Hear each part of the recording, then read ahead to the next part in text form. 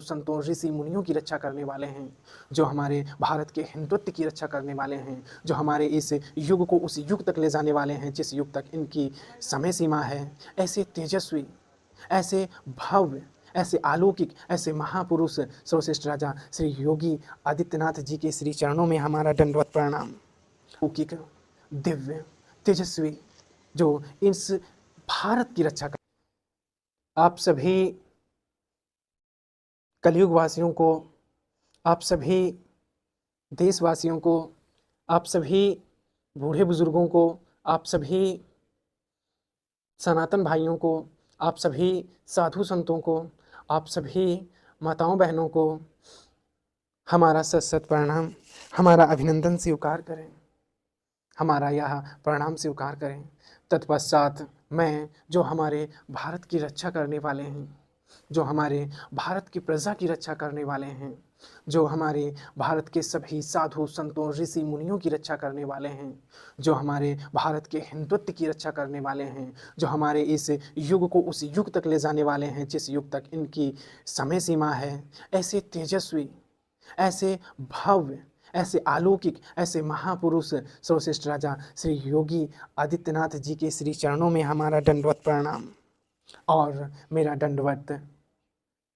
दंडवत तेज स्वरूप, समस्त पापों का विनाश करने वाले, अलौकिक, दिव्य, तेजस्वी, जो इस भारत की रक्षा करने वाले, इस संसार की रक्षा करने वाले तेजस्वी राजा, सर्वश्रेष्ठ राजा, जिन्होंने अपना सर्वोच्च त्याग दिया, ऐसे राजा को मैं सत प्रणाम करता हूँ।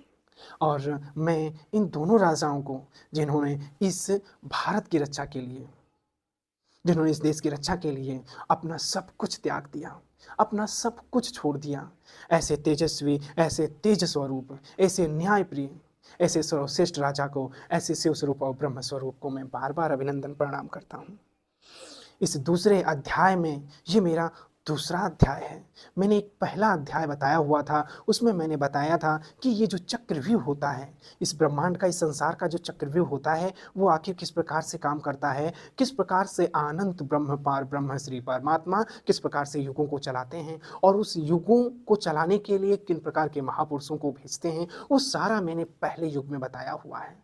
मैंने उसमें बताया है कि जो उस युग में जब अत्याचार बढ़ता है, चाहे वो सतयुग हो या त्रेता युग हो या फिर रामायण हम कहते हैं युग हो या फिर द्वापर युग हो, और ये फिर या जो कलयुग जो चल रहा है, किसी युग को चलाने में किन लोगों का जो है होना होता है, और कौन महापुरुष होते हैं, कौन साधु संत होते हैं, किसके बल पर चलता है, और कब भगवान का अवतार होता है, उन सभी राक्षसों का संहार करने के लिए, उन सभी दुराचारियों का संहार करने के लिए, जो सभी साधु संतों पर, जो सभी ऋषि मुनियों पर अत्याचार करते हैं और उस युग को खंडित करने का काम करते हैं, उस युग को उस शिखर तक ले जाने में बाधक बनते हैं, रोकते हैं, तब तब भगवान का जो उस युग में जो आगमन होता है, और उस आगमन से पहले देवताओं का कुछ आगमन होता है, महापुरुषों का आगमन होता है, ताकि उससे सभी, उन सभी राक्षसों का, उन सभी दुराचारियों का, उन सभी पापियों का विनाश करके उस युग को उस शिखर तक ले जाया जाए जिस शिखर तक उसकी काल अवधि होती है।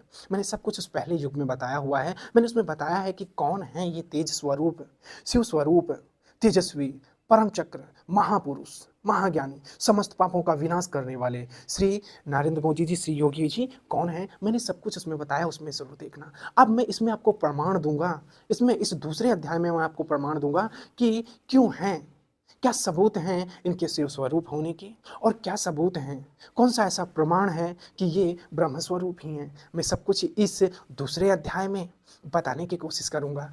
यह परिवर्तन का अध्याय है, यह सभी साधु संतों की रक्षा का अध्याय है, यह अध्याय सभी ऋषि मुनियों की जो है रक्षा हेतु अध्याय है, यह सभी कलयुग वासियों की रक्षा का अध्याय है, यह कमल के फूल का अध्याय है। इसलिए आप सभी देशवासियों से, सभी कलयुग वासियों से और श्री नरेंद्र मोदी, श्री योगी जी से मेरा सत सत अभिनंदन है कि इस दूसरे अध्याय को पूरा जरूर देखना, पूरा जरूर देखना।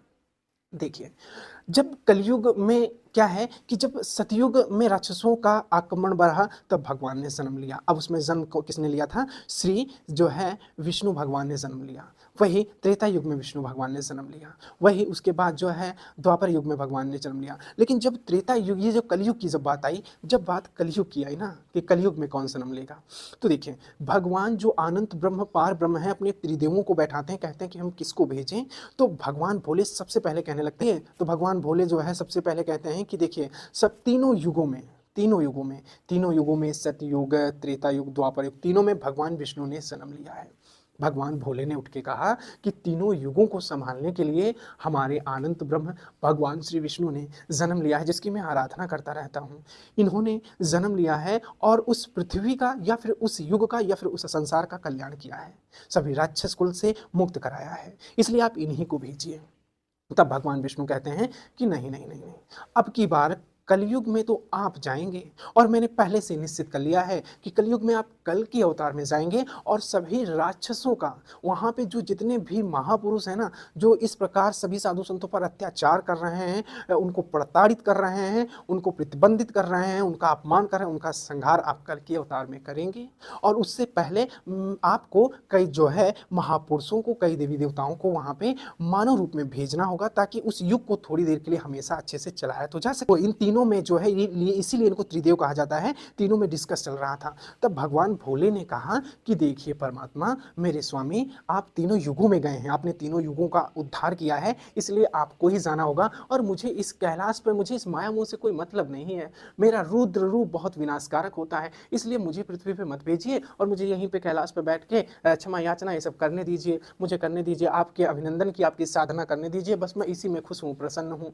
भगवान विष्णु ने मुस्कुराते हुए कहा नहीं, तुम्हें जाना होगा। तो भगवान ने कहा कि देखिए मैं वहां जाके उन सभी कार्यों में बहुत ज्यादा व्यस्त हो जाऊंगा, क्योंकि अगर जो मैं अपने स्वरूप को भेजूंगा या मैं जाऊंगा जब भी, तो मैं बहुत ज्यादा व्यस्त हो जाऊंगा और उस समय जाने के बाद मैं आपकी भक्ति नहीं कर पाऊंगा। भगवान विष्णु ने कहा कि तुम मेरी भक्ति नहीं कर पाओगे, मैं तुम्हें एक ऐसी चीज बताऊंगा कि तुम वहां पे मेरी भक्ति कर सकते हो, आपका जो भी स्वरूप जाएगा वो मेरी भक्ति कर सकता है। तो भोले बाबा ने कहा कि जरूर प्रभु, आप हमको ऐसा उपाय बता दीजिए। भगवान भोले ने कहा कि कलयुग में मैं जाऊं लेकिन आपका ही परचम फैलाऊं। बात को समझना, आपका ही परचम फैलाऊं। ये जितने भी शब्द हैं सभी सनातन भाइयों के लिए, सभी कलम, जो कमल का फूल हमारा है उसके अस्तित्व के, उसके गौरव के लिए, और सभी सनातन धर्म, सभी हिंदुत्व भाइयों के लिए है। इसलिए इस दूसरे अध्याय को बहुत अच्छी तरीके से समझना। होगा वही जो राम रच राखा, होगा वही जो मैंने कह डाला, वही होगा। हुआ क्या, जब ये बात हो गई ना, इसलिए पूरे अध्याय को जरूर, इस दूसरे परिवर्तन के अध्याय को जरूर पूरा देखना, हर हालत में देखना। बात ये यहाँ पर हो गई, ठीक है। तो भगवान ने कहा, भगवान भोले ने कहा ठीक है, आप हमको बता दीजिए कि करना क्या होगा। तो उन्होंने कहा देखिए कलयुग में अभी तो जाने की जरूरत नहीं है भोले बाबा, अभी नहीं है, लेकिन क्या है कलयुग में पाप बढ़ रहा है, धीरे धीरे पाप बढ़ रहा है। वहां पर भी ऐसे जो है निठल्ले, ऐसे दुराचारी, ऐसे जो है दुष्कर्मी लोग पहुंच गए हैं। महात्रिदेव जो है देव, ये जो है महाशक्ति, महा जो है पार ब्रह्म अनंत ब्रह्म के द्वारा वहां कुछ ऐसे लोग पहुंच गए हैं जो अपने अस्तित्व को भूल गए हैं और धीरे धीरे सभी साधु संतों के ऊपर अत्याचार करना स्टार्ट कर दिए हैं। और जिस प्रकार से सतयुग में स्टार्ट किए थे, त्रेता युग में, द्वापर युग में, उसी प्रकार से कलयुग में भी अत्याचार होना स्टार्ट हो गया है। लेकिन अभी इसका समय काल है, इतना जल्दी नहीं है भोले बाबा। तब जो है त्रिदेव ने कहा, आदि शक्ति अनंत ने कहा, जो ब्रह्मा विष्णु शंकर के भी भगवान हैं, कहा नहीं, वहां जाना जरूरी है, संभालना जरूरी है, वरना अब बहुत अनर्थ हो जाएगा, मेरा यह युग बहुत जल्दी समाप्त हो जाएगा, अभी से वहां जाना जरूरी है। बेशक आप नहीं जा रहे हैं तो डिस्कस कर लीजिए, भेजना वहां पे किसी को भेजिए, जरूर किसी स्वरूपों को भेजिए। तब भगवान भोले ने कहा कि ठीक है, जो आनंद ब्रह्म पार ब्रह्म की जो है आज्ञा, लेकिन भगवान विष्णु मुझे बता दीजिए कि करना क्या होगा। तब भगवान विष्णु ने कहा कि देखिए समझिए, कलयुग में पाप बढ़ रहा है धीरे धीरे, एक समय ऐसा आएगा जब स्वयं आपको तुरंत वहां जाना होगा और सभी स्थितियों को समान करना होगा। सभी साधु संतों पर अत्याचार करने वाले राक्षसों का, सभी पुरुषों का जो है संहार करना होगा और इस जो है कलयुग को भी उस शिखर तक ले जाना होगा जिस शिखर तक इसका समय काल है। तो भगवान ने कहा, भोले ने कहा कि ठीक है, मैं चला जाऊं अभी। बोला नहीं, आपको नहीं जाना, लेकिन आपके कुछ अंशों को भेजना है, आपके समतुल्यों को कुछ भेजना है, आपकी दिव्य शक्तियों को कुछ भेजना है, आपके कुछ ऐसे महापुरुषों को भेजना है जो उस कलयुग को सही सलामत रख सकें, क्योंकि अत्याचार वहां होना स्टार्ट हो गया है और हो भी रहा है। भगवान भोले ने कहा ठीक है, मैं अपने अवतारों को तो भेज दूंगा वहां पे, लेकिन मुझे आपकी भक्ति कैसे मिलेगी? मेरे वहां पे जो अवतार जाएंगे वो आपकी भक्ति करेंगे प्रभु, आपकी भक्ति में लीन रहेंगे। तो भगवान विष्णु ने उनसे कहा था कि वहां पे दो चीजों की लड़ाई होगी, दो चीजों का युद्ध होगा। सतयुग में जो लड़ाई हुई वो एक टॉपिक्स था, त्रेता युग में जो लड़ाई हुई वो एक टॉपिक था। ठीक है, क्या है कि टॉपिक ये था कि राक्षसों द्वारा साधु संतों पर अत्याचार, यही और यही सतयुग में भी था, त्रेता युग में और द्वापर युग में भी यही हुआ। तो भगवान ने कहा कि देखिए वहां आप जाएंगे तो दो नाम से लड़ाई चलेगी और दोनों पे ही ये विश्व जो है ये कलयुग समाप्त होगा। पहले हिंदुत्व सनातन धर्म मेरे नाम की वहां पे लड़ाई होगी, और दूसरा जो है वही जो मुसलमान मोहम्मदन नहीं होते हैं उनके जो है उनसे रिलेटेड ये लड़ाई होगी। ठीक है, भगवान भोले ने कहा कि हम दोनों लोग आपस में वहां पे लड़ाई करेंगे, ये कैसे हो सकता है? बोला देखिए इस लड़ाई इन दोनों से ही रिलेटेड होगी, दोनों से संबंधित होगी, लेकिन इसमें वो सभी लोग जो है उन सभी लोगों का संहार होगा, उन सभी लोगों का जो है विध्वंस होगा जो इन सभी साधु संतों के ऊपर अत्याचार कर रहे हैं, सभी के ऊपर दुराचार कर रहे हैं। भगवान ने कहा कि भगवान ये तो ऐसी होगी, प्रजा तो सारी आपकी होगी, वहां पे जो है हिंदुत्व आपका होगा, सनातन धर्म आपका होगा, लेकिन ये कैसे संभव हो सकता है कि इस प्रकार से युद्ध हो? बोला नहीं भोले, अब इस विधि के विधान को मैं टाल नहीं सकता, आपको जाना होगा, हमारा परचम फैलाना होगा, हमेशा हिंदुत्व में आए सभी देशवासियों को हमारे अस्तित्व को दिखाना होगा और इस देश को, इस विश्व को खुशहाल रखने में अपना पूरा योगदान देना होगा, और हमारी भक्ति का परचम, हमारा अस्तित्व हमेशा लहराते रहना होगा। इसी चीज की लड़ाई होगी वहां पे, और इसी से ये समापन होगा पूरा कलयुग। तो भगवान भोले ने कहा कि मान गए अंतर्यामी आप। मैं अब भगवान भोले जो है खड़े हो गए गदगदा के कि मुझे बहुत अच्छा आज से मिल गया, मैं जाऊंगा आपके सनातन धर्म को लेकर के, मेरे जो अस्तित्व जाएंगे, मेरे समतुल्य जाएंगे, और इन दो चीज़ों की लड़ाई को जो है समापन करने की कोशिश करेंगे, एकता फैलाने का काम किया जाएगा, और जो है आपका गुणगान हमेशा मैं करता रहूंगा। ये भगवान भोले ने विष्णु भगवान से कहा। तब भगवान जो भोले हैं उन्होंने अपने समतुल्य कई स्वरूपों को यहाँ पे भेजा, और उनका कई स्वरूपों का विध्वंस भी हुआ, उन्होंने अच्छा काम भी किया है, बहुत अच्छा काम किया है। तब जाके भगवान ने अपने स्वरूप को, अपने तेज स्वरूप को, अपने शिव स्वरूप को, अपने समतुल्य रूप को, हमारे तेजस्वी, हमारे तेज स्वरूप, आदि शक्ति, अनादि शक्ति, समस्त पापों का विनाश करने वाले सर्वश्रेष्ठ राजा, जो सभी साधु संतों, सभी ऋषि मुनियों की रक्षा करते हैं, श्री योगी आदित्यनाथ जी अवतरित हुए, उनका अवतार हुआ। देखिए आप, उनका अवतार हुआ है। ये क्या है? भगवान प्रभु श्री राम के बहुत बड़े भक्त हैं।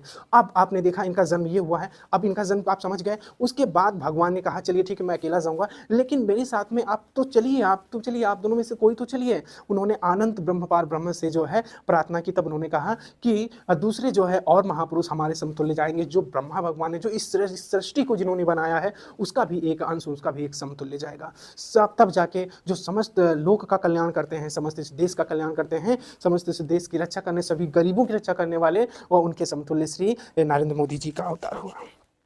आप समझ गए इस बात को। अब हम बात यहाँ पे ये करने की कोशिश करेंगे कि क्या सबूत है, क्या प्रमाण है। देखिए इस कलयुग में जो लड़ाई छिड़ी है, किस चीज की लड़ाई छिड़ी है पहले ही बता दिया, होगा वही जो राम रच राखा। ठीक है, वही होगा जो राम ने रचा है। तो क्या है, पहली जो यहाँ पे लड़ाई छिड़ी हुई है वो धर्म की लड़ाई छिड़ी हुई है, सनातन धर्म की लड़ाई छिड़ी हुई है, भगवान प्रभु राम की लड़ाई छिड़ी हुई है। एक तरफ मुसलमान तो एक तरफ हिंदू, दोनों की लड़ाई छिड़ी हुई है। एकदम सत्य बात है कि नहीं? अगर जो ना सत्य हो तो आप बताना, एकदम सत्य बात, दोनों की लड़ाई छिड़ी हुई है।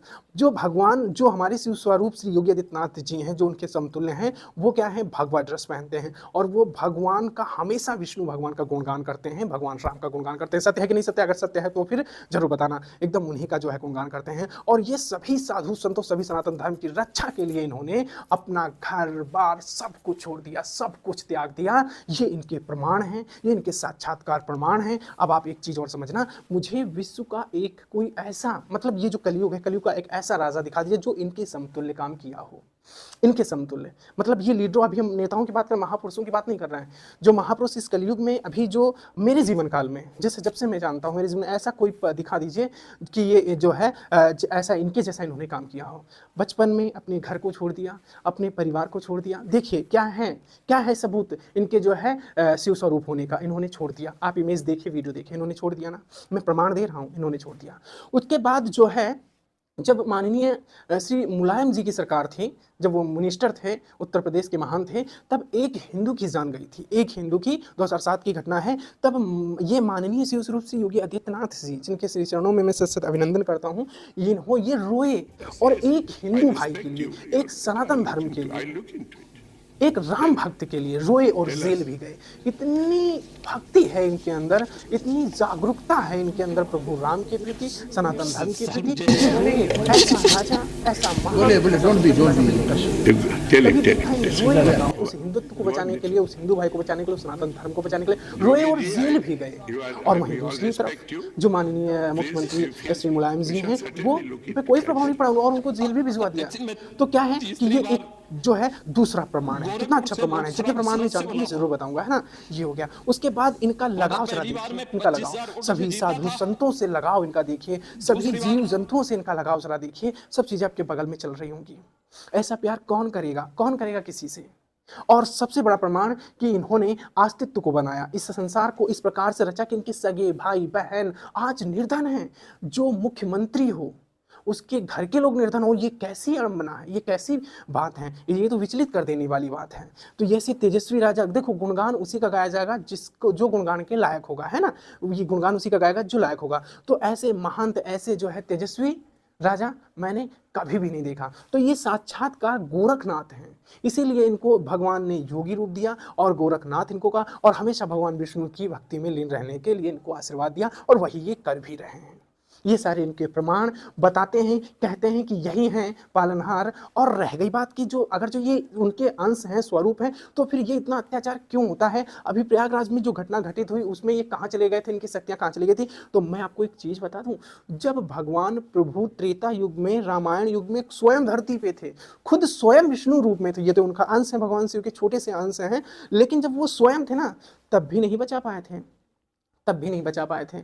बताएं क्यों नहीं बचा पाए थे। तब भी उनके अवतार होते हुए भी ऋषि मुनियों को प्रताड़ित किया, अरबों खरबों ऋषि मुनि मरे, अरबों खरबों ऋषि मुनि। तो क्या हम उस समय अपने प्रभु श्री राम से उनके राजा का अस्तित्व छीन लेंगे।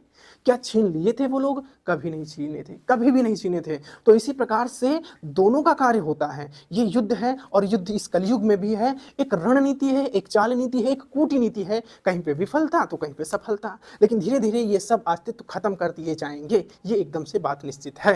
ठीक है। तो क्या है, जब वो नहीं बचा पाए, द्वापर युग में भगवान श्री कृष्ण स्वयं थे, और उनके आंखों के सामने करोड़ों अरबों खरबों मर गए, बहुत लोग मर गए। तो क्या वे उनको बचा लिए थे, उनके आंखों के सामने मरे कई लोग, वो नहीं बचा पाए। तो इसी प्रकार से क्या है, कलयुग में ये जो घटना घटित हुई है, जो घटना घटित हुई है, सबसे पहली घटना जो इनके अस्तित्व में सबसे बड़ी घटना हो सकती है इनके लिए, इस प्रभु के लिए, शिव स्वरूप के लिए बहुत बड़ी घटना है। तो ये उस समय लोग कह रहे हैं कि क्यों नहीं बचाए, भगवान थे, शिव स्वरूप थे, तो फिर क्यों नहीं बचा पाए इनको। तो जब भगवान श्री कृष्ण के आंखों के सामने उनके युग में बहुत लोग खंडित हुए, और जो है सतयुग में भी और त्रेता युग में भी जब खंडित हुए, वो रहते हुए नहीं बचा पाए। तो इसी प्रकार से ये भी क्रम है, ये कलयुग है, ऐसा कलयुग में भी है। लेकिन क्या है, वहां पर अगर 10 मरे तो वो 10 लाख अरबों खरबों को बचाने की सोचते हैं, अरबों खरबों को बचाने की सोचते हैं। क्योंकि यहाँ पे हम लोग एक घर तो चला नहीं पाते हैं, एक घर नहीं चला पाते हैं ना। एक अगर जो हम परिवार में एक हैं, तो अपने भाई को सही नहीं कर पाते हैं, और अपने एक जिले को नहीं चला पाते हैं सही से। बहुत ही अत्याचार, पता चला जो जिले का कलेक्टर है आज यहाँ पे हो गया गड़बड़, वहाँ हो गया, और ये पूरे विश्व को, संसार को चला रहे हैं, तो उनके लिए क्या हो सकता है। तो मैं उन लोगों से ये कहना चाहूँगा, उन सभी समक्ष से कहना चाहूँगा कि इस प्रकार की कूटनीति रणनीति ना करें, और इस प्रकार की चालबाजी ना करें, और इस हिंदुत्व को, इस सनातन धर्म को, इस विश्व को, इस संसार को जो है आगे बढ़ाने में हेल्प करें। तो आपसे मैं बता दूं दूसरी चीज, जो प्रयागराज में घटना जो घटित हुई, उस घटना को लेकर मैं बात करूंगा कि जिस प्रकार का शोक, जिस प्रकार का दुख श्री योगी आदित्यनाथ जी ने, शिव स्वरूप ने व्यक्त किया, वैसा कभी भी किसी ने नहीं किया, किसी भी ने नहीं किया। आप देखिए, किसी ने भी वैसा अस्तित्व नहीं किया जिस प्रकार से दुख इन्होंने व्यक्त किया। ये है दोस्तों सच्चाई, ये है सच्चाई। तो दोस्तों आपने और इस संसार को देख रहे हैं, ब्रह्मांड को देख रहे हैं, उनके भी गुणों का परचम बहुत ही अलग है, बहुत ही सबसे अलग है। इसलिए वे भी उन्हीं के स्वरूप हैं, ब्रह्म स्वरूप हैं। तो दोस्तों इन्होंने भी सब कुछ, तो ऐसे तेजस्वी, ऐसे शिव स्वरूप, ऐसे ब्रह्म स्वरूप को मैं सत प्रणाम करता हूं। और मैं कहना चाहूँगा कि सभी देशवासियों को, सभी हिंदुत्व को, सभी सनातन भाई, सभी जातियों को कि इनका सहयोग करें, अपने राजा इनको ना छोड़ें, कभी भी ना छोड़ें, और हमेशा इनके साथ खड़े रहने के लिए तत्पर रहें, हमेशा इनके साथ रहें। बस दोस्तों ठीक है, ये मेरा दूसरा अध्याय था। मैंने एक तीसरा भी अध्याय रिकॉर्ड किया हुआ है कि मैं प्रयागराज जाना चाह रहा हूँ और जा रहा हूँ, वहाँ में जाके क्या करूँगा, क्या कामना करूँगा, उस अध्याय को पूरा देखना दोस्तों। ठीक है, जय हिंद।